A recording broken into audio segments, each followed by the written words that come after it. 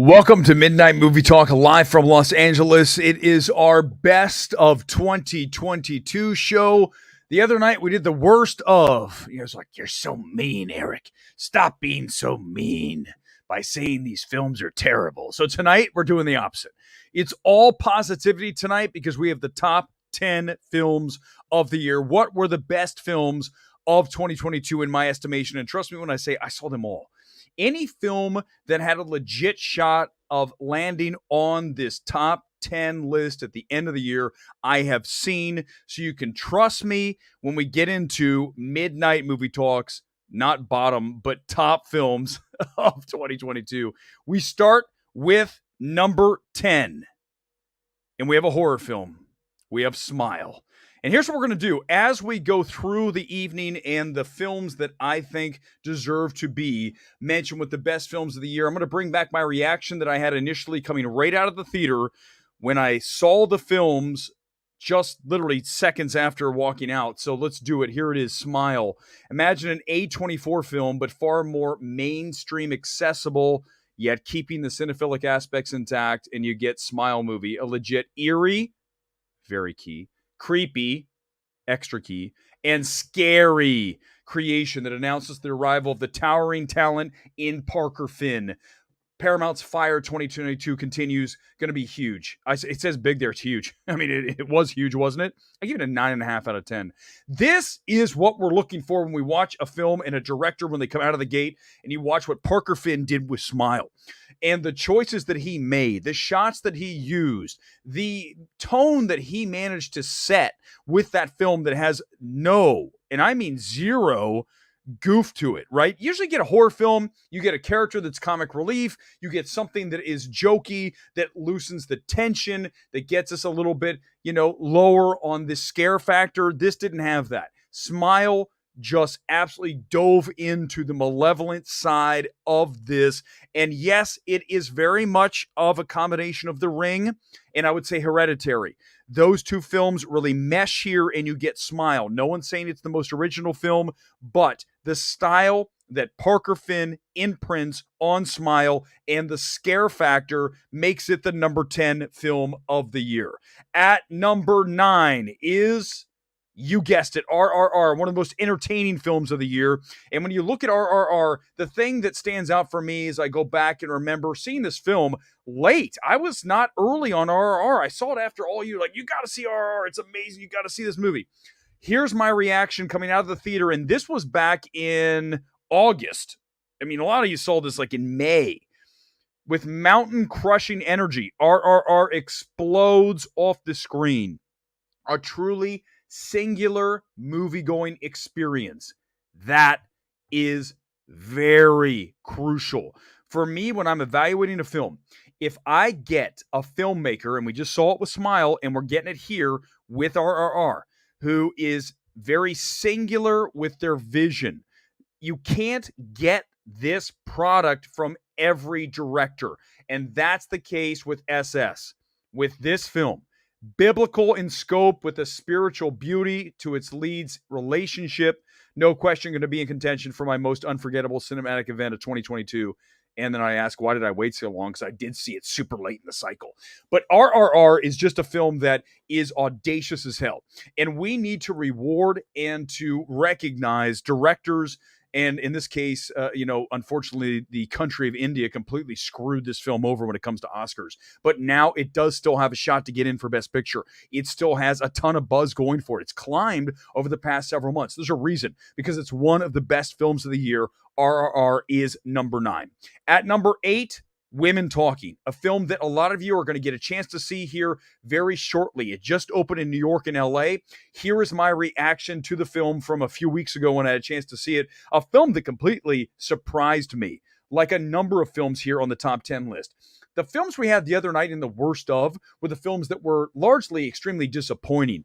Some of them might not be on your worst list, but they were amongst the most disappointing films of the year, therefore the worst experiences for me. So when you look at Women Talking, the complete opposite. This is proving to be an incredibly unpredictable award season. Women Talking is far more engrossing than I anticipated. Sarah Polley's technical mastery is most impressive, and that's where this film really surprised me. The editing, the cinematography, and Hildor's score among the best of the year. Additionally, Jesse Buckley's amazing and legit BP contender. I completely agree with everything that was said here back in November about Women Talking that is now finally seeing the light of day.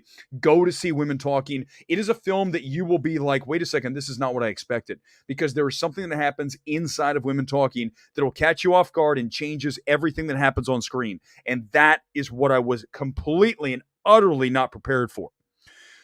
That's the reason, one of the main reasons, beside Sarah Polley's direction, that this film is number 8. And when you look at every film in my top 10, the key thing to every one of these films, if you haven't noticed by now, it is direction. The number one aspect to any film is direction. I know that sounds basic. It sounds like no shit, Eric. Here's the reality, though. The director and their individual imprint on a film is everything to that final product. And Women Talking is the perfect example of that. In a different director's hands, this movie is not nearly as strong as we got from Sarah Polley. Number 8 is Women Talking. Number 7, another film that is one of the best directed films of the year, one of the best looking films of the year, and the best CBM of the year. It is The Batman. Matt Reeves delivering what we expected from him, the artistry that has been missing from the CBM world forever. He brought to us in 2022, very early in the year, delivering one of the best films of the year. Here's my reaction from way back in February. Cinema of a spectacular order. The Batman's the most artistically stunning CBM ever made, and I still stand by that. Matt Reeves wows with a sprawling detective tale showcasing the magnificence of Greg Fraser, bathing Gotham in an amber glow. Robert Pattinson owns the brooding Batman. WB has a winner, and it turns out they did right. 9.5 out of 10 for me. They had a huge winner, and this was right when people were still getting scared to go to theaters. Oh, no. Oh, I got number 6 up. X, let's go. I just gave you number 6. Don't pay attention to that. The Batman proves that Matt Reeves is one of our strongest directors, and I told you coming out of the film, and even going into the film, this is Matt Reeves' time that we should have been talking about this man for so many years. Go all the way back to his remake of Let Me In, right? That film shows you everything you need to see from the talent that Matt Reeves possesses, and this year he finally was recognized for that. Even after all the apes, he finally got it with The Batman. Number 6, the best horror film of the year, and of Ty West's 2 horror offerings this year, there is no contest, there is no debate whatsoever. The better of the 2 films is X. I'm not suggesting Pearl's a bad film. I think it's a very strong film, but X is next level, and the direction here is what sets it apart. We go back to my reaction coming out of the theater. This was a film that I remember sitting there next to one of my good friends out here, Jeff Ewing, and we looked at each other and go, oh my God, what did we just witness? I want to watch this movie again right now. Here it is. Joining modern-day horror maestros Peele and Astor, Ty West delivers an absurdly fun, torturously tense knockout in X, calibrated to absolute perfection. That is the strength of X, the calibration of the direction by Ty West. With heavy Texas Chainsaw aesthetics, this will be A24's biggest horror hit since Midsommar, and it was. It wasn't as big as it should have been, but X is absolutely one of the best films of the year. Not one of the best horror. It is the best horror film. It is one of the best films of the year. Again, focusing on the direction. And if you're looking at one piece of film this year that knocked me out, the sequence that absolutely floored me more than any other sequence, it is Landslide, it is X. When that starts and the edits and the way that flows and its significance within the film, that is the best single moment of 2022, Landslide in X. Film number 6 for us here on MMT. Number 5, a film that again is a very showy film that is all about a singular directorial imprint on one of the biggest icons in the history of entertainment. And to give this to any other director, we do not get the film that we got in Elvis. Elvis is by far the best biopic and most showy and absolutely lights out biopic that I have seen of recent in years. I mean, it's been a long time since I remember seeing something that I called here a towering spectacle that cannot be replicated at home. This is a movie you needed to see in theaters. It did very well for Warner Brothers, 150 domestic. Find the most massive, loudest, soul-shaking screen you can and witness Austin Butler become the biggest showstopper in history. What a cinematic experience. And that's what it was. That's what it is. I am hoping that they bring Elvis back out before the Oscars. Warner Brothers would be wise to do that. Just put it in theaters for a weekend. I will go see it again. Get ready for Baz Luhrmann to blow you away. If you saw it, you were blown away. Again, one hell of a visionary director putting his imprint on an icon. Number 5 is Elvis. Number 4 is the highest grossing film stateside in 2022. And there's a reason. Because when you look at this film and you ask of a sequel some 30 plus years later to better the film that it is following is a pretty tall task to ask. But Joseph Kosinski was able to get it done this year with the number 4 film, Top Gun Maverick. Top Gun Maverick is a film that, for me, I was expecting to be at least passable as a sequel. I was saying to myself, why are we making this? Is there a reason? Yes, we got everything we wanted out of a sequel that we never knew we even wanted. And that is a testament to Joseph Kosinski, one of the best directors of the year. Again, every one of these, all 10, are very worthy to be right there for Best Director. There's a reason these films are top 10. Now, I want to point out something that I brought up just a few days after seeing it. I said, and this is what I love doing. This is where I love all the people, all the haters come in and go, and this guy, yeah, this is why my reputation as the world's foremost film evaluator is accurate. Read. All this remains 100% accurate. It's going to be a gigantic box office, which it was, but ultimately it's going to be a film that's beloved by people, and the average awards voter is going to love it, which means it's going to be an awards film. This is before anyone was talking about Top Gun Maverick. No, Top Gun Maverick can't be an awards film. It's not an Oscars film.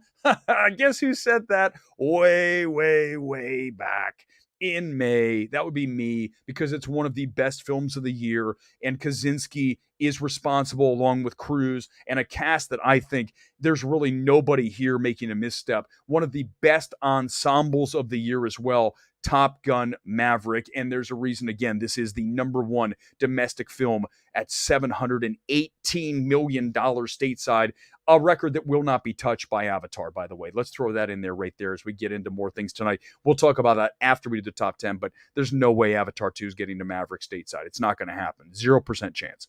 Here we go with number 3, Decision to Leave. So when you look at the best foreign film of the year for me, it comes back to this film here, Decision to Leave. If you have not had a chance to witness, I would call this, from a screenplay perspective, a masterpiece. From a filmmaking perspective, very close to one. It's not just, as I say here, look at this. When you look at Decision to Leave from a filmmaking perspective, every element of this film touches greatness. Direction, performances, cinematography, editing, and I say here might be the single best aspect. I think it's one of the, if not the best edited film of the year, okay? And you have score as well. This is peak movie making that demands be included in the Best Picture race. That's how strong I feel about it. It is not just a best international feature. It is a best film. Decision to Leave is my number 3 film. It is a film that requires a ton of bandwidth from you. If you go into that film thinking you can just kind of sleepwalk through it like an Avatar, or name any movie, but essentially, just a good guy versus bad guy situation. No.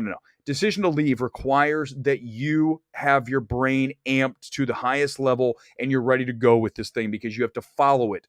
And it's a lot of work, because it's obviously subtitles, so you have that work going for you too. But I will say this, if you manage to access it and to plug into Decision to Leave, it'll end up being one of the best movies of the year for you as well. Let's go to number 2, a film that I really had no expectations for, a film that when I went to see, it was another one of these late in the cycle films. A lot of times I end up seeing films early, right? We have the access out here in Los Angeles. Then there's some that fall through the cracks and you don't get to initially, but then you hear some buzz about them. You're like, well, I think I need to check this film out. And there's no single film that wrecked me emotionally as this film did.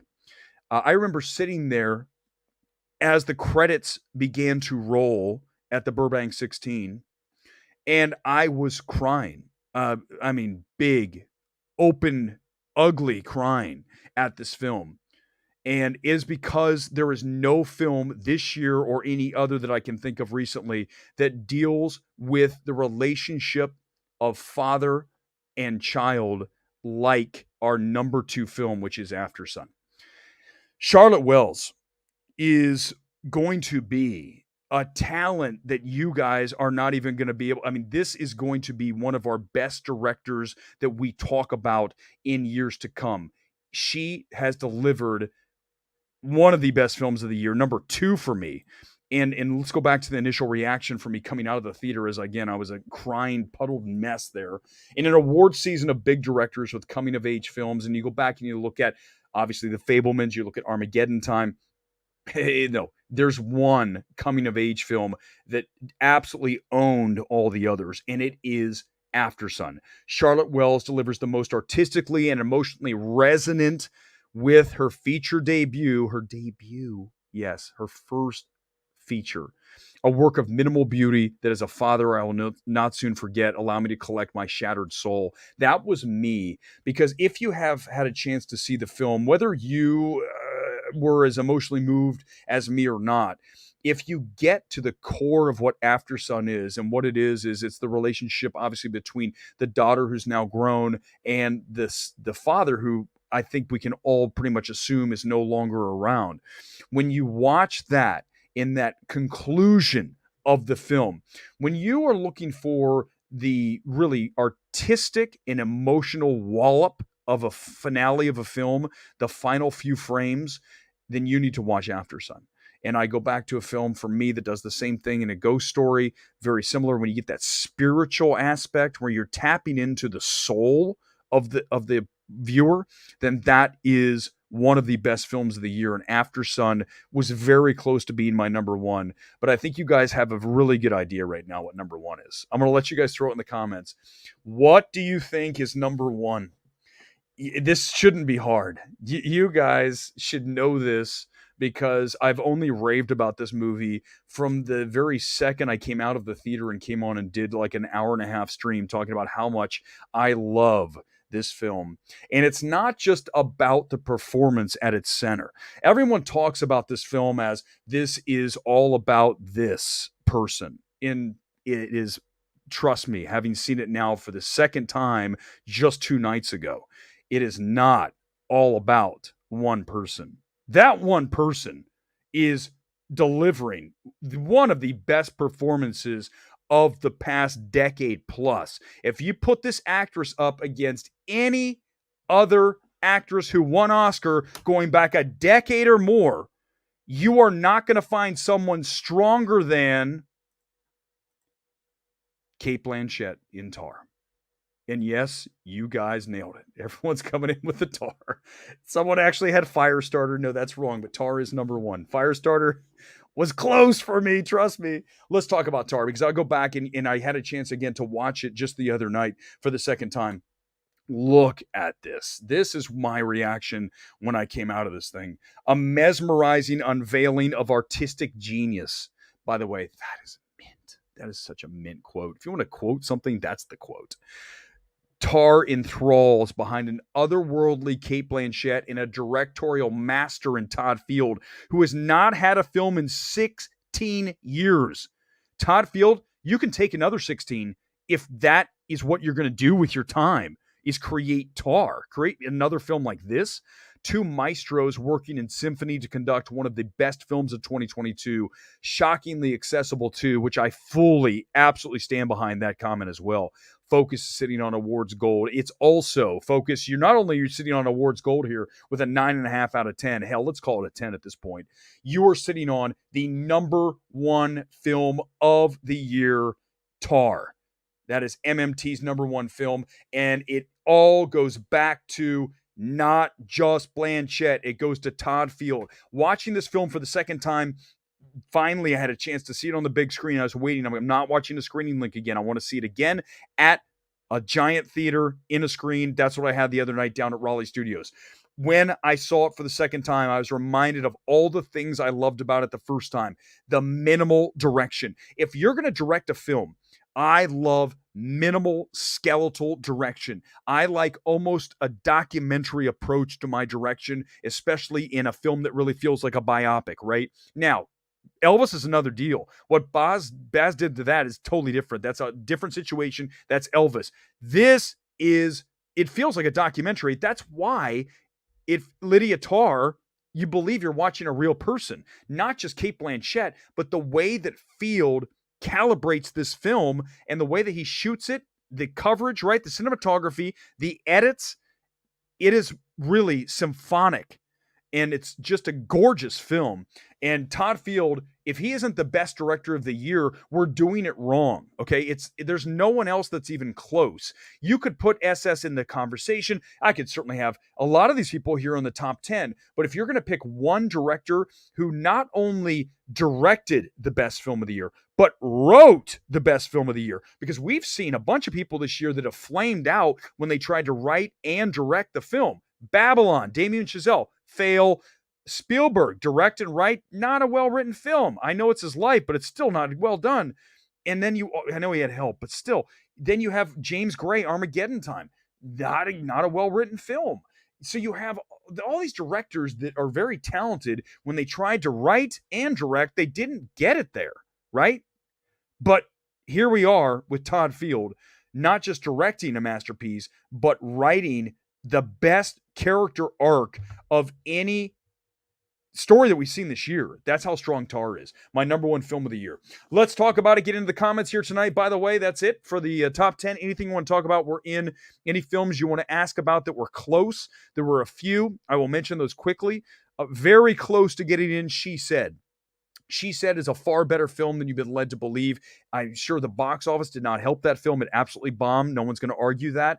But it is a very strong, Spotlight-esque approach to Harvey Weinstein, and the story that really should have been told many years ago finally gets told, and She Said, very close to getting into the best of the year. Also for me, The Menu was really close. I think The Menu is one of the best screenplays of the year, and also Ray Fiennes, one of the best acting performances of the year, and a character I'll never forget. So The Menu was another one that was right there. There's a whole bunch of others, such as Emily the Criminal. You look at what Ford did directing that film, and Aubrey Plaza. That's a film I loved from earlier this year. Smaller films that I still think of, Brian and Charles, which is a tiny little Focus Features that was out back in like May or June. And it was one of those films I'm still thinking about today. It maybe not best films, but it certainly was one of the better films of the year. So ask me about that. This is the last stream before we get to Sundance box office again. And it's the first. So we can't talk about 2022 after tonight. So let's do it. Whatever you want to talk about when it comes to the end of the year, let's do it right now. I do see a super chat. We're going straight to it here. Let me find it. I saw it and I promised I'd get to it. Boom, there it is. Okay, let's pull it up. And I think we have your top 10. This is if you want to hit me your top 10, that's the easiest way in here. Hit me with the super chat and we'll do it. Okay, Vault of the Future, you've got EEAAO, Batman, Avatar, RRR, The Northman, Pearl, The Menu, Glass Onion, Elvis, and Violent Night. It's a very diverse list. I don't have a problem with any of these films.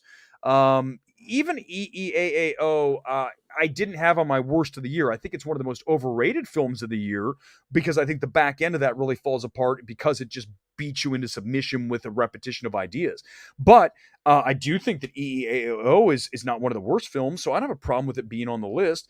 The rest of these are all good. Northman, certainly, if you look at the visual beauty of it, like emotionally, it definitely is struggling there. But the visual of it, Pearl you like more than X. I definitely disagree there, but I understand why you like Pearl. And I think that we know that Mia Goth in Pearl is better than Mia Goth in X because it's a harder role, even though in X she's playing two roles. I think between the two films, Mia Goth's one of the best actresses of the year, without a doubt. The menus here, the Glass Onion. Glass Onion I liked more than Knives Out, so I like that pick. And then we have Elvis, yes. Violent Night, I thought was obviously the one note, in David Harbour's fantastic. I think the script's got too much going on. I think if you make that a little more streamlined, like most of my notes are for scripts, streamline the shit out of your script and it's going to be better. That's how you do that. Let's go. More super chats than anyone. I'm going to get in with your top 10. Your easiest way is a super chat. That's how we do it. I want to know that you appreciate the service you provide. Pilgrim Media, thank you so much. Listen, the channel here we've been on since back in this is almost the end of the year. We've been on for about 9 months, right? We started at the Batman. So that was back in March. So just about 9 months now. And the fact that we've been able to grow, the fact that we have loyal viewers, you guys are amazing. And the fact that ultimately what this channel is about truth. Whatever we're talking about, it's truth. Whatever we believe in our hearts to be the reality of the situation. There's no shilling here. Like I said the other day when I said, well, who's the biggest shill? You know damn well I'm not a shill. Okay, you know that. I mean, if you don't know that by now, obviously you're not paying attention. So I appreciate that. That's what we're doing here, and I really do thank you for those the kind sentiment here. Let's keep going. Anything else you guys want to talk about? Name it. Your best of the year, and if you didn't get to your worst of the year, I can even do those. Go back and watch that stream. That was fun. The worst 10 films of the year. You're so mean, Eric. What are you doing? Top Gun Maverick, definitely the movie of the year. For is it Pradium? Avatar came close, but that top spot is Top Gun Maverick. I mean, it's in my top 10. It's number 4.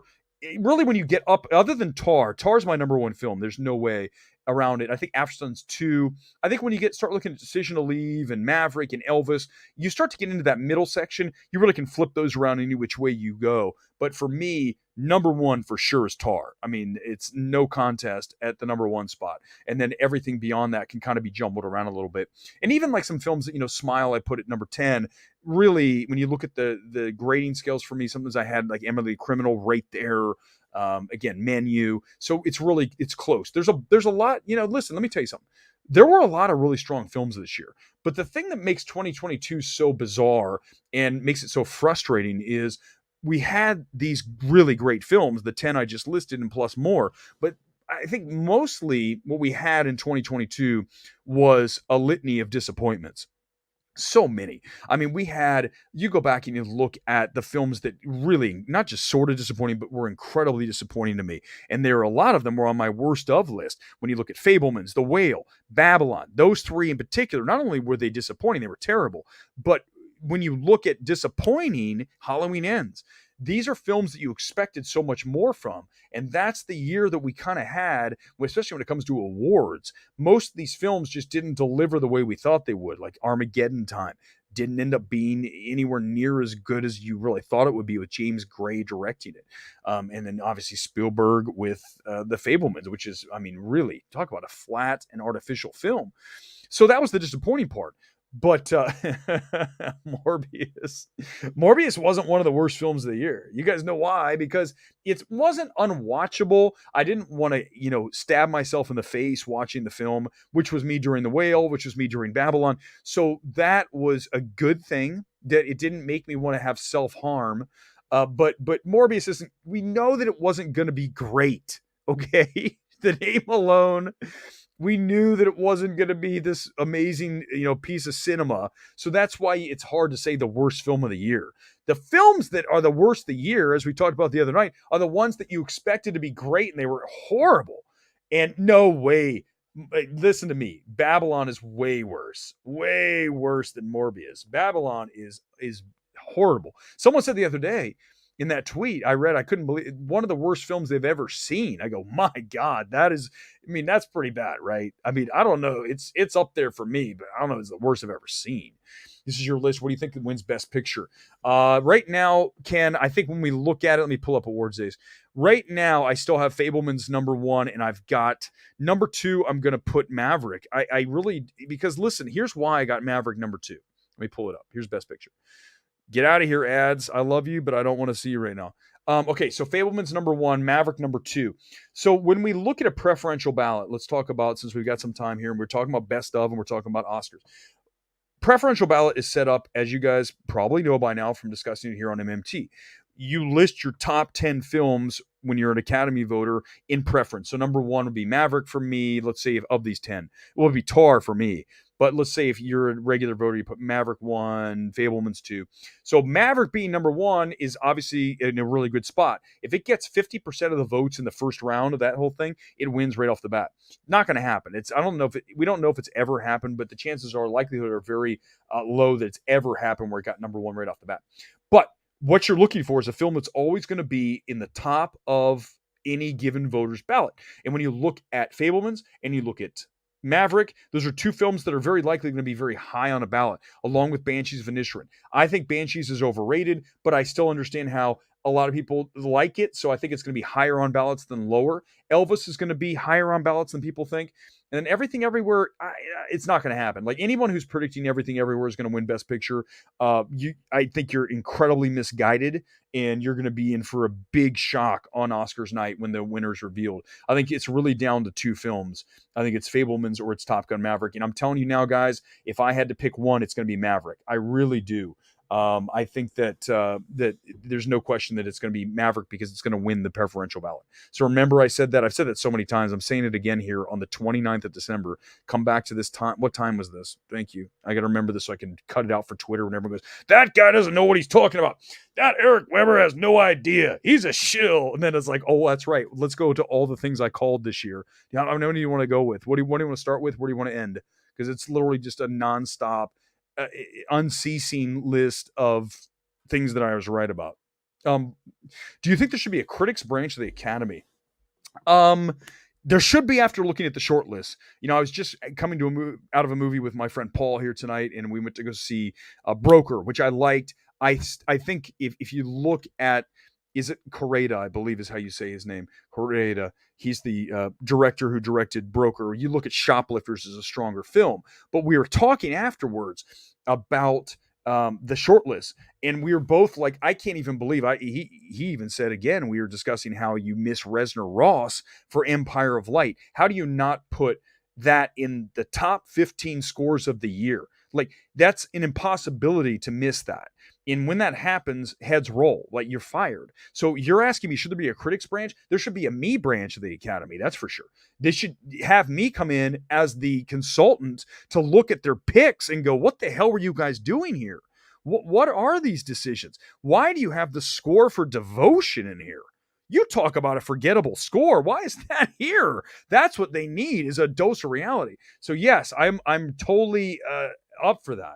So if you want to do that, but there needs to be someone that checks out the list, because the short lists were really bad.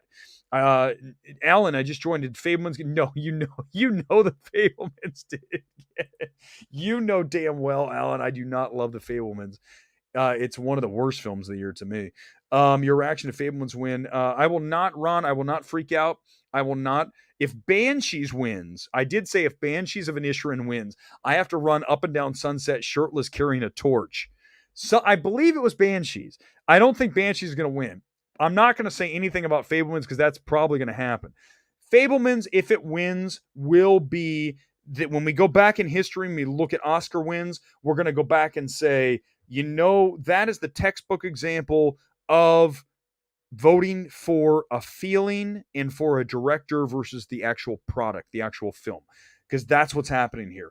They're voting for Spielberg. They're voting for the feeling of his life story. They're not voting for the actual film, because the actual Fableman's is not a great film. And Michelle Williams is a Razzie level performance. So the fact that we're even having these conversations makes me just literally have my head explode. But we're going to remember, we're positivity tonight, everybody. Only positive thoughts, because it's the best of. We did the worst of the other night. Positive things. CD Stein, thank you for the super chat. Let's do it. Maverick should be a lock, but secretly hoping Banshees win. Just listen. I said I'd do it. If it happens, it'll take me about 20 minutes to get to Sunset, and I can literally haul up and down shirtless with it. I don't know what I'm going to carry for a torch. I might just have my iPhone up with the light on. I think that's the only thing I can do. But I did say I would do it. So I'm going to invite Gore to come with me as I fly up and down Sunset screaming, I can't believe you guys picked Banshees of Inisherin. I mean, there's been worst Oscar winners, but Banshees, come on. It's another one of the overrated movies. Somehow Banshees did not end up on my worst of the year. It's one of those that's very close because it was so disappointing and the screenplay sucks. I mean, if that wins screenplay, I will probably burn down the MMT studios. I mean, it's just that screenplay. No, we're not doing it, man. Don't make me do it. Batman, yes, Darren, Batman was in the top 10, and the reasons are very simple. It's Matt Reeves' direction. All 10, let's go through them real quickly one more time. Those of you just joined the stream, just going to give you the numbers in order. The thing I'm going to show you here, when I show you these 10 films, they all have one thing in common. It's always what I talk about. Very strong artistic imprints by their directors. Every one of these films. Number 10, Smile. 9, RRR. 8, Women Talking. 7, The Batman. 6 is X. 5 is Elvis. 4 is Top Gun Maverick. 3, Decision to Leave. 2 is After Sun. And number 1, drum roll please, is Tar. What do they all have in common? They all have directors who absolutely made it very clear that they put their imprint on that film. No one else could direct the film like they did. And that's what we're ultimately looking for in my world. When I'm evaluating a film, I'm evaluating the skill of the director. And all 10 of those films, lights out. All 10. So that's it's pretty easy. When you watch a film and you know that it's good, you know the directing's there. It has to be, or the film's not going to be great. I don't care what it is. The direction has to be good for the film to be great, or great to be great, or better. Didn't we also talk about burning a box of Lucky Charms? I believe we did. I believe that we did do that. But it's not going to happen. I don't think I can burn a box. I think that's going to be a problem. There's a rumor going around Amsterdam 2 is in the works. That's a great question. I think that that would very likely not going to happen when they've already lost $100 million, I think, or more on that film. That was a big time loser for Disney this year and for Fox. Obviously, you guys know 20th Century Disney, same thing. Let's go back to the beginning. I might have missed let me make sure I didn't miss any super chats here. We'll go back to the top. And you guys were already guessing here. Three-way tie between After Sun, Top Gun, and Tar. You're very good. You know me. You're very close. You just missed number 3, which was Decision to Leave. Smile's ad campaign was ballsy and masterful. I would agree, Jeff. I mean, it was very good. And also remember that it came out at a perfect time. Smile was out in September, got ahead of Halloween Ends, and it didn't hurt Smile that Halloween Ends was so terrible, right? Halloween Ends just fell off, like it dropped 70% second weekend because Halloween Ends was terrible and it was on Peacock. So Smile had that crazy run. Smile was in theaters for like a month and a half, 2 months, just making money every single weekend, overseas, everywhere. Smile was the surprise hit of the year. But what did I say? One more time for those, hey, everybody, guess who got another thing right? Oh, that Eric Weber, he never, oh, wait a second. He might have gotten another thing right. Let's go back and look at what I said coming out of the film before Smile opened. It's going to be big. It's gonna be big. It was huge for Paramount. This is, guys, that's why I love the haters. Haters, I want you to know that you fuel me. You fuel me at the gym. You'll fuel me here. You fuel me all day, all night, because the absurdity is what makes me laugh. It gives me extra juice. It's like, who are you? Dude, go back. My track record is spotless. You can't beat me. You can't. That's just join in. Be happy with it. Don't try to be a hater. Join in the fun. Why be a hater? I never understood that. Unless it's personal. Now listen. Yeah, Gingy, you knew it. Number 1. Now here's the thing. Even when I say someone's a shill, yeah, they are, right? I mean, here's the thing. So we had this discussion the other day, and we'll talk about it quickly here. I don't want to get too far. We can do maybe a whole stream about this.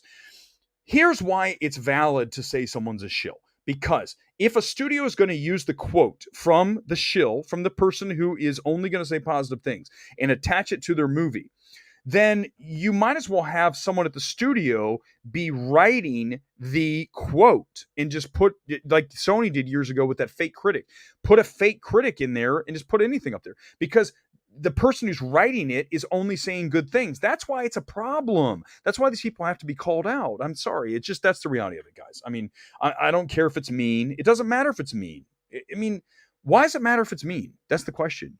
Because it's true. I mean, if we were, again, I told you over the last few years, especially, if we are now going to exist in some kind of, law that we have to be not, have to all be nice, give me a break. I mean, are you kidding me? Look at what's happening with whatever you think about the whole Andrew Tate thing. I don't listen to the guy. I don't know a whole lot about him. I know just enough. Okay. I know enough about him. But what I think is insane is when people like the Andrew Tate, whatever, he's arrested. We don't know what it is. I'm just saying the thing was human trafficking. Who knows what it is?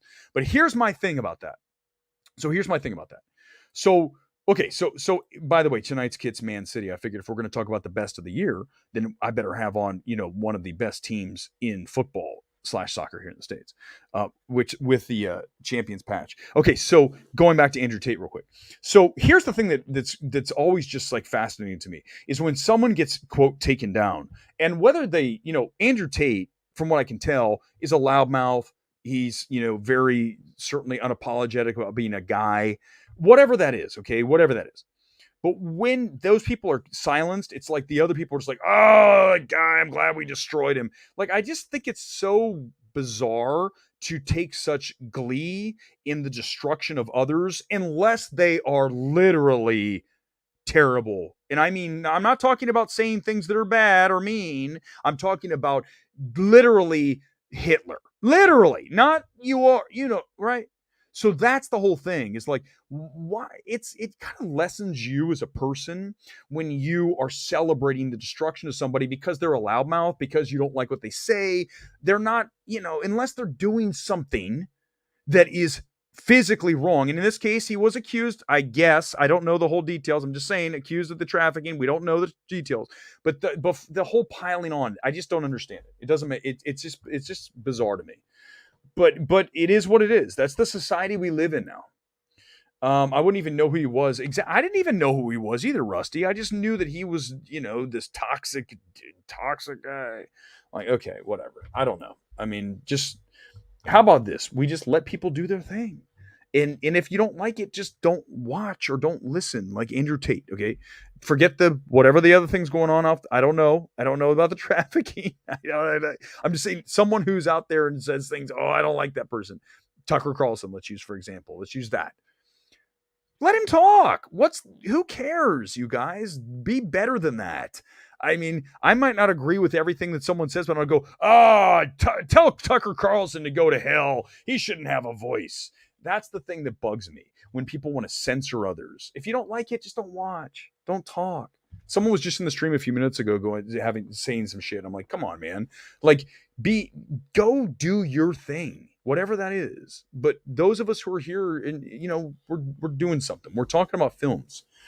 What I find ironic, Patrick, here he is. Patrick's always good, so it's fine. Patrick, you can't let me down here. What I find ironic is the people that are still whining about 50%, 50s blacklist, seal clap whenever someone gets silenced and fired. Isn't that the truth? Seal clap. It's don't do that. Like, it just doesn't make you look good. If you're the guy who's like, oh, thank God that such and such got taken down. Again, unless they are Harvey Weinstein, unless they are true Adolf Hitler. If there's some random dude talking about he drives a $500,000 car and, women dig him and he's shirtless. Come on. So what? Why does that bother you so much? I think we know why it bothers some people so much, right? They don't like that someone else. This is the truth. I don't know if I've ever talked about a guy named Greg Plitt. So I watch, there's a former, he's now dead, He's a former fitness guy named Greg Plitt. Greg Plitt, go watch some of his videos. Plitt. He's here on YouTube. There's millions of them. He was a total badass, and he was just hardcore. Like, just watch when you watch him, you'll see what I'm talking about. But what he did is years ago when I was, I was in shape, but I wasn't. He pushed me into another level because he was so just like, get out there and do your shit and don't worry about what anyone else says. But one of the things that he said that I fully agree with, and I can't agree with this more, is that when you start to make noise, when you start to be successful, when you start to do things, it's going to piss some people off because it makes them uncomfortable with who they are, because they're maybe not as happy with what they're doing.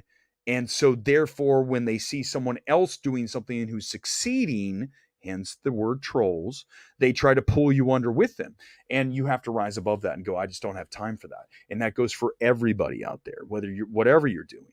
But certainly people come after me all the time. I just go, why, guys? You're just making it me more powerful in my mind. Because I'm like, I'm going to keep going. Like, I love that. There's nothing I love more than to have success at whatever you do and then be able to throw it in their face. It's amazing. You kidding me? I mean, here's the thing about the platforming. So you're saying, how could you platform this? I think that you should give a platform to virtually everybody, as long as they're not espousing violence. Okay. Now, in this case, the human trafficking, different story. I know we're completely off the rails here, but it's fine. It's what we do here. I think MMT is interesting when we can talk movies or whatever. When you give someone a platform, no one has to listen to them. If they're saying ideas that resonate with people, that means other people think like that. So if there are people that think that Andrew Tate, whatever the hell he talks about, toxic masculinity, whatever, let them do their thing. It's not like they're rampaging through the street and burning buildings like we saw a few years ago. You know what I'm saying? So come on, guys. All right. That's it. I can't do anymore. The Andrew Tate. Tay, my best scene of the year for me is Tar, when she sees her brother and he calls her by her real name. Isn't that? It's really the end of the film. If you haven't seen Tar by now, we're going to go ahead and ruin it. But no, so she's came from this very modest background and became the biggest composer in the world. And then the beauty of, like I said, the arc of Tar, the best of the year, is that it is from from riches to rags, right? And that's the comeuppance. She's going to pay the price of being a total bitch for her entire, pretty much existence when she became famous. And when she has to go back home and see the brother, I totally agree with you. Really good scene. Really good scene. Most anticipated movies. Let's save that for a whole stream. I mean, for me, obviously anything that's a Fincher film. Although I said I'm in a little bit of a pickle here, guys. I said I wasn't going to talk about Netflix films without a theatrical component, and then we have Fincher coming up next year, so we'll see how that goes. Yeah, that's going to be hard, but I want to save some of that. It's not going to be a Marvel movie. I mean, even though I do want to see Guardians, I don't, I'm more interested in certainly directors who have given us really good films in the past, such as a Fincher. And I think also, obviously, Scorsese. I mean, you look at Killers of the Flower Moon, that's going to be a massive film for Apple/Paramount. And then you have Fincher with Netflix. I mean, it's next year should be, assuming we don't have another 2022 where we had all these directors who came in with their worst films of the year, like we talked about the other night with The Whale, Aronofsky and Chazelle and Spielberg and on and on and on. When we had, hopefully we don't have that next year with all these other directors. I hope that happens. 10-minute warning, by the way. 10 minutes. We're only going an hour tonight. A 1 hour stream. Oh my God, only 1 hour. Will Apartment for Sale win best song? Right now, let's look at songs. Give me 1 second. I'll pop it up. Yeah, let's see what the short list is. Give me 1 minute. Let's pull it up. It's going to win song. We already know this song. I called this forever ago. The best song is going to be Lady Gaga's Hold My Hand. I mean, it's going to win. I said this when I came out of the movie. When you look at the films that are the songs that are going to get in contention, that are going to get nominations, Hold My Hand's in, Lift Me Up, Black Panther in, Ciao Papa, Pinocchio in, Carolina's in for Crawdads, that's Taylor Swift, and then Natsu Natsu are likely, or that Weekend song from Avatar. Those are your 6 songs. 5 of those 6 are getting in, and 1 is not. That's how confident I am, and there's your 6 songs. So there you go. What the hell was Apartment for Sale, by the way?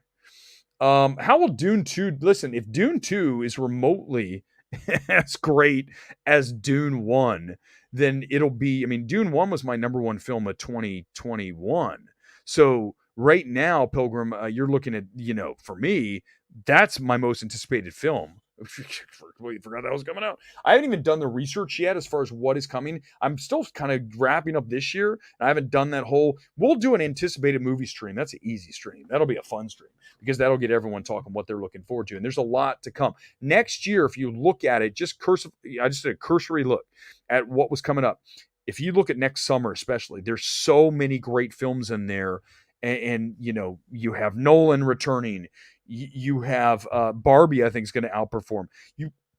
Excuse me, next summer is going to be massive. So I'm hoping, theatrical can just keep going here because January is going to suck for them. February is going to be tough too until we get to Ant-Man. And then I think from there, we're going to start to climb up. But if you look back at last year, we didn't know for sure that Top Gun Maverick was going to be as big as it was. And then even Batman did better than we thought, I think. Certainly at 700 and whatever million worldwide, and it was still kind of in that, oh, COVID is so scary thing that we were sort of still doing. You notice how no one's doing that anymore? Like every time they try to do the COVID scary, put a mask on, everyone's like, you know what? We're kind of done with that. So we thank you for at least trying, but we're done with the fear thing. I said this before, and I mean this. I do mean this, and I'll state it for the record because I don't care. It's true. Going forward, short of, and I mean this is 100% accurate for me, short of people's brains exploding like scanners on the street, I don't ever plan to be put in lockdown ever again. And I will freely say that. That's the only thing that will put me back in my house. I'm walking down the street and we have a scanner situation. Oh shit. That dude's head just exploded. Okay, then let's go ahead and we'll do the lockdown. I'm good with that. Anything short of that, it's not going to happen. I could be riding my bike down the street, guy falls over dead. Well, first of all, we're already seeing that right now. Guy falls over dead. That's fine. Let's go. I'm going to the gym. I mean, seriously, are you guys, give me a thumbs up. Are you with me on that right now? Are you with me? Are you ever going to go for another lockdown again? Thank you. Thank you for that, Solomon. And not only that, I use scanners with COVID and lockdowns.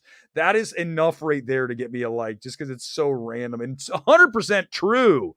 No one's doing a lockdown again. Good luck, overlords. Good luck to you. Kate, should have waited till summer to release Mario. That's right. Mario is out. Is it spring? It's weird though. I gotta say, Kate, here's the thing.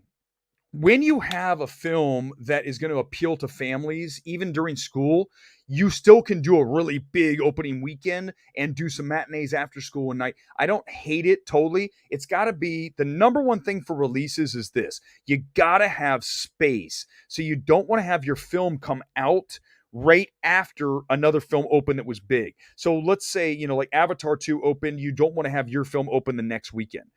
The thing that's helping Avatar 2 right now, by the way, that needs to be stated, I mean, I can't believe people aren't talking about this more. The reason Avatar 2, one of the big reasons that it's doing as well as it is not because Avatar 2 is great. It's not great. Avatar 2, do not come in, it's not great, okay? No. But guess what it has going for it? There's nothing else to see. So you go to the movies and you're like, well, what else am I going to watch? Avatar 2. Then, Broker, the film I just saw, the neon foreign film. I don't think so. Okay. They're going to see Puss in Boots for the kids, I guess, but there's not another film in the marketplace right now that is drawing audiences that is, really that whole 18 to 50 audience that drives primary movie going. The only one in theaters right now is Babylon. If there was anything else that was half decent in theaters right now, Avatar would not be making the money it would.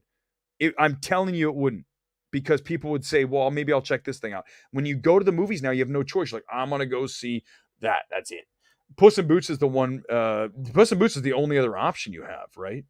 Yeah, Puss in Boots. I know a lot of you like the movie. I thought it was fine. I didn't think it was great, but I think you, Rusty. Where are you? After Sun's not there yet. That's a shame. After Sun's amazing. I would go see. If I were you right now, the best film in theaters is The Menu. No question. The Menu is still playing, and there's a reason it's still playing because it's very, very good film, almost a top 10 film for me, like number 11, The Menu. The Menu's number one. After Sun's still there, kicking around. It's hard to find. And Decision Leaves on streaming. Tar's on streaming. A lot of the films in my top 10 are on streaming now. Smile, X, Maverick, obviously, just got on streaming Paramount Plus. So you got plenty of options there. But at the theater, the Menu's number one. Easy, easy. Solomon, would you consider being a script doctor?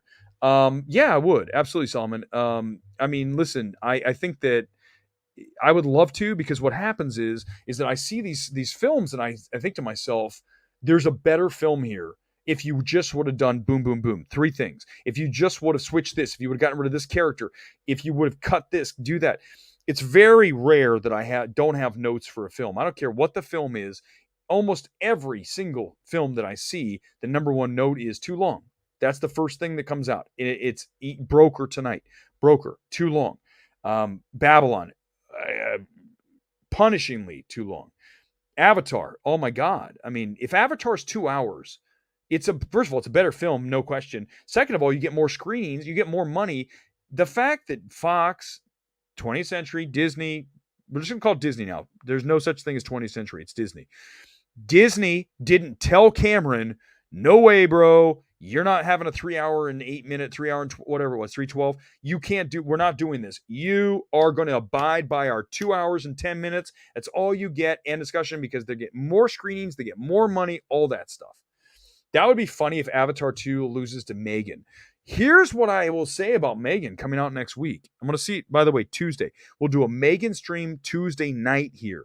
Spoiler free, my thoughts. I'm hearing it's fun as hell, just like you'd think. It's child's play, obviously.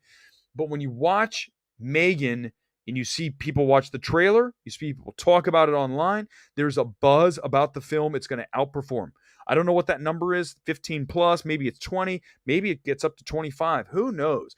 I know this, that Avatar is going to start falling off hard when we get to the new year. I know everyone says there's nothing else to see. It doesn't matter. No one wants to see Avatar twice. No one's going to see it again and again and again. And the Avatar lovers out there, I got a friend of mine who's like, keeps going. It's getting to 2. It's not going to get 2 billion. Avatar's not going to get there. Avatar's going to end up at 1.7, 1.8. Maybe, domestically, maybe it gets to 5.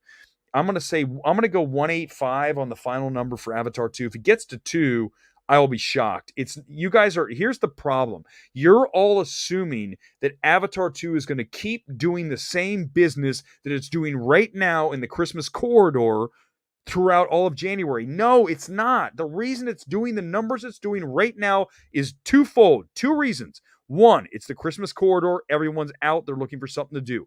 That's the key, number 1. Number 2, that's almost as big. There's nothing else good challenging Avatar 2 in the multiplex. Those 2 things are the reason that film's doing well right now. Once it gets outside the Christmas corridor, those numbers are going to drop off. You just wait. Disney knows it. This movie is not going to be seen by multiple people multiple times. It's going to be seen once, and it's over because it's too long. I'm going to be right about that again. Come back and tell me I'm right, because I'm right again. I'm so tired of being told Avatar 2 is a great film. I'm sorry. Now I'm going to get angry. Thank you again for the super chat, by the way. Appreciate it, Tayeg. Let's go to Pilgrim again. My local AMC has a bunch of Indian films lined up. Really? Yeah, hey, listen, at this point of the year when there's almost nothing coming out, go see something different, especially if you have the AMC A-list. I have A-list, so I can go see 3 movies a week, right? So that's 12 movies a month. So take chances, because what's the worst that can happen? You could get up and leave. You could go see Babylon and leave, like after the elephant takes a shit on you. Just get up and leave, because it doesn't get better. There's 2 good scenes, but it's not worth 3 hours of sitting through it. But that's what you're allowed to do with the luxury of having the AMC A-list. You have the ability to just go, okay, I'll just check something out. And if it's not what you like, then forget it. After Sun's on Mubi on the 6th of January. That's great. That's good. It's such an amazing film, and I don't think it will not suffer at home. I don't like saying that, because I'm a big theatrical guy, but After Sun's a movie that you can watch at home, no problem, 0 problem to that. But it will wreck you if you have any relationship with your parents. If you have a child, you just, good luck to you. Madeline McGraw's Sisters in Megan, is that really? Madeline McGraw is amazing. Oh my God, how good is she in The Black Phone? She is fantastic. The smallest theater here only has Babylon, The Whale. Okay, of those movies, the best is Empire of Light, and Empire of Light's not even a great film, but it's still better than all three of those. I mean, it's definitely, that's the thing that's crazy about this award season that's driving me nuts, right? I'm going bonkers by seeing Babylon, Whale, and Fablemans being thrown around as the best films. Whale, not so much, but Babylon still has and Empire of Light is getting nothing. Now, it's not a good film. It's not great. The screenplay's not great, but it's still a better film than Babylon and Fablemans, Empire of Light. But why is it not? That's the thing. Why is it not getting the love? Megan is PG-13. That helps 100%. That's a great point. Taya gets a really good point. Amen to no one seen Avatar 2 twice. The movie's not that good. Thank you, Gone Girl.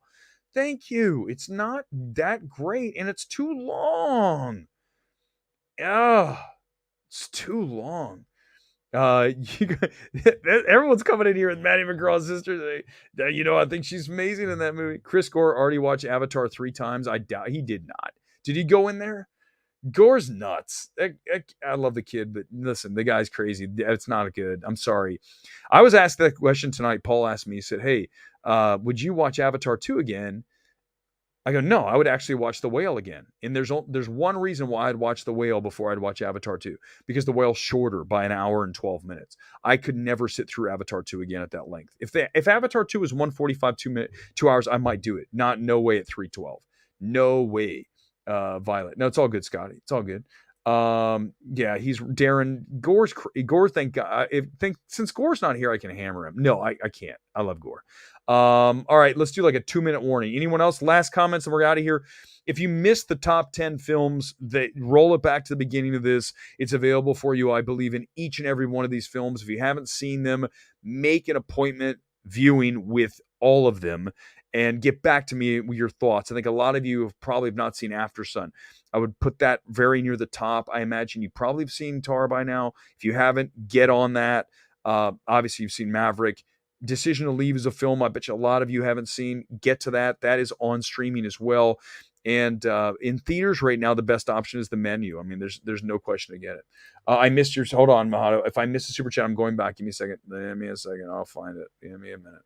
I promised I can't leave a stream without there it is. Got it. Sorry. There it is. Thank you, Mahato. Thank you for reminding me. Unlike critics, I think not many Academy voters have actually watched RRR, and that might be the biggest reason for it to miss. Here's what I'll say to that. You can't, the old saying, you can lead a horse to water. You can try your best to get these voters to watch your film. And I think that the PR agency behind this, I know the person who runs the PR agency, I think they've done a very good job getting this film out there. They have the residency in Beverly Hills. They've done what they can to get this in front of Oscar voters. But ultimately, you can't force them to watch your film. And I do believe that will be one of the big issues for RRR when it comes down to that final little, did enough people watch the film? Because it is 3 hours. It is foreign language, which a lot of members still have a challenge with. And it's also not India's international feature selection. I know that shouldn't matter, but it does.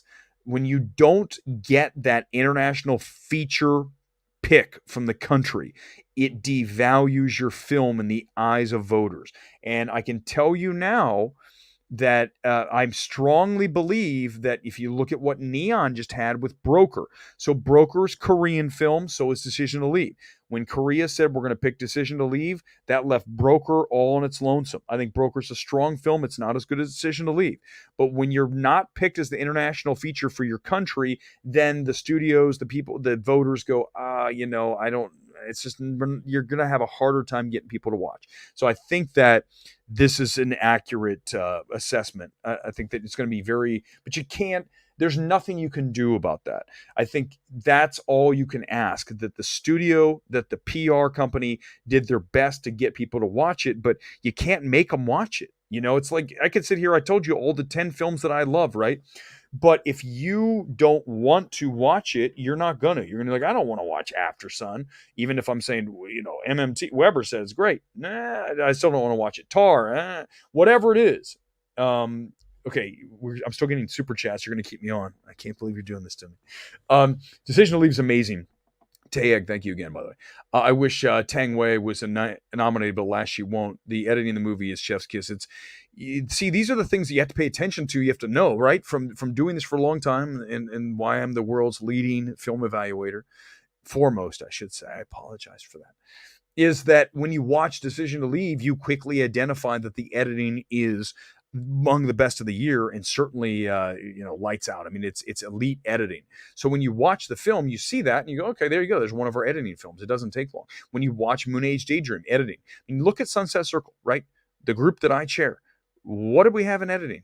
What two films, among with others, but what were two of them? They were Decision to Leave and they were Moon Age Daydream, because I am very good at identifying what is very strong in films. So cinematography, editing, score, direction, obviously, is the umbrella for all that. But when you look at it, you have to be able to identify those things. And there's a lot of critics out there who aren't good at that.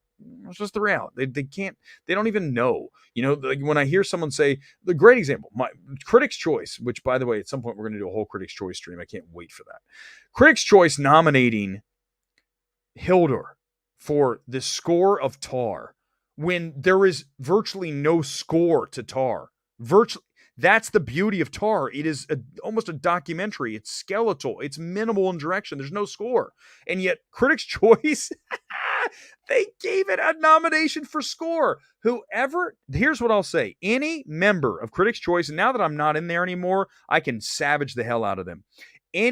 I would instantly expel any member of Critics' Choice who on a ballot listed the score for Tar. I'd say you are out. It's over. You're out of, because you don't know what you're doing. You do not know what you're doing. It's not even prevalent in the movie. Yes, Hildur did it. You're voting because she did it. If you're going to pick a score, you pick the women talking score from Hildur. You don't pick Tar. Tar isn't even in the top 15 scores of the year. In fact, the Academy disqualified it. But I knew that. I didn't need the Academy to tell me. I knew it wasn't part of it. But you got these fools in Critics' Choice who are like, oh, best score of the year is Tar. Like, you guys, are you kidding me? How dumb are you? Sorry. That's the old Erick. But no, seriously, guys, you can't do that. It's like, that'd be like, what's an example of something that was terrible this year? An element or something that was non-existent. What's a Babylon? Let me think of like a bad element of Babylon. The score is not even that great. I like Justin's very talented, but the score of Babylon, no, that's a no to that. Nothing from Babylon deserves being there. But let's just say the use cinematography, which is fine, but again, it's still not there. You picked like the worst element of something. I mean, come on, guys. You got to know what works and what doesn't. You got to know what works and what doesn't. It's that simple. You know what, Amesh, and then we're going to wrap here because I do want to see this. I just got the link for Quiet Girl, and I cannot wait to watch this. And I'm so glad you reminded me. I'm going to watch it before Sunday stream. I'm going to talk about The Quiet Girl. It is Ireland's submission for international feature. I'm hearing unbelievable things. And if it was one of the best films I saw of the year, I will add it as number 10A, The Quiet Girl. I've heard amazing things about it, and I think we will absolutely be doing that. No stream tomorrow night. Friday night, we're going to take it off. Back here on Sunday. Sunday night, the first is the new year box office, looking ahead to what's coming up. We're done with 2022. This is the last stream of the year. We don't need to do any more things after this, any more films. We're done. We have beaten 2022 with a stick. It's over. Go back and watch the worst of on Tuesday night, the best of tonight. And again, we're back here on Sunday night. Thank you, everybody, for the super chats, everybody for being here in general. It's all about community. It's all about being on the right side of history when it comes to film, which I know that we are consistently here on MMT. Live from Los Angeles, that is a good night. I'll see you on Sunday night. MMT is out. Good night.